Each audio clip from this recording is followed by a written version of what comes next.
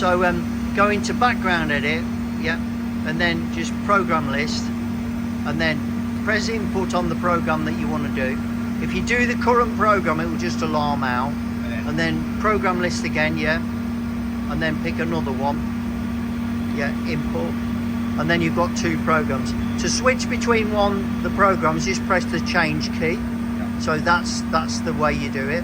And then when you press the close key, it closes whichever program that you're on at the moment. So now you can go program list and pick another one.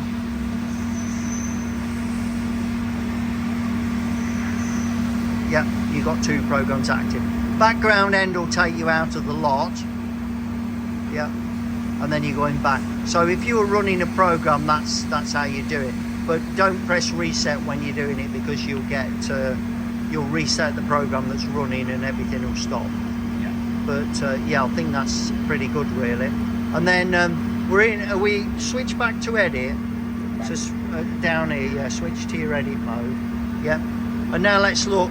So you're using your 2 cursors there to maneuver around your program. Yeah. You're using, if you type in there, just press your top button to take you to the top of the program. Yeah.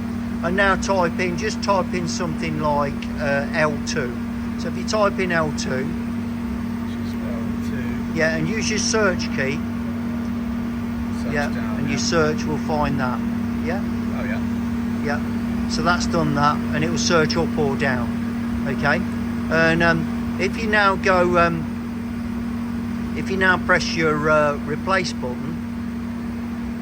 Yeah. If you put L1 set, oh no, there won't be. Yeah, it says string not found because we're asking it to replace something that doesn't exist. So just press replace again.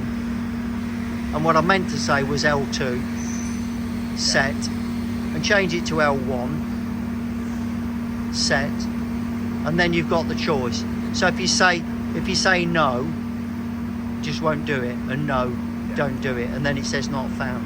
So if you press all, it just replaces them all, and you've got yes and no on each one. As I say, I would always use that because I think it's really. And then you've got this other button here which gives you the program as 1 column, or you can have it as 2 columns. Oh yeah, and that's that other one I told you about, line edit. Press line edit, puts the whole line down there. But I don't know, I don't really know what you'd want that for, but you can.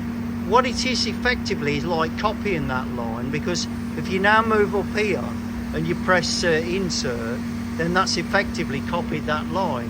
So it's kind of a way of copying a line, if you see what I mean. Yeah. But I don't know whether it's got much use really.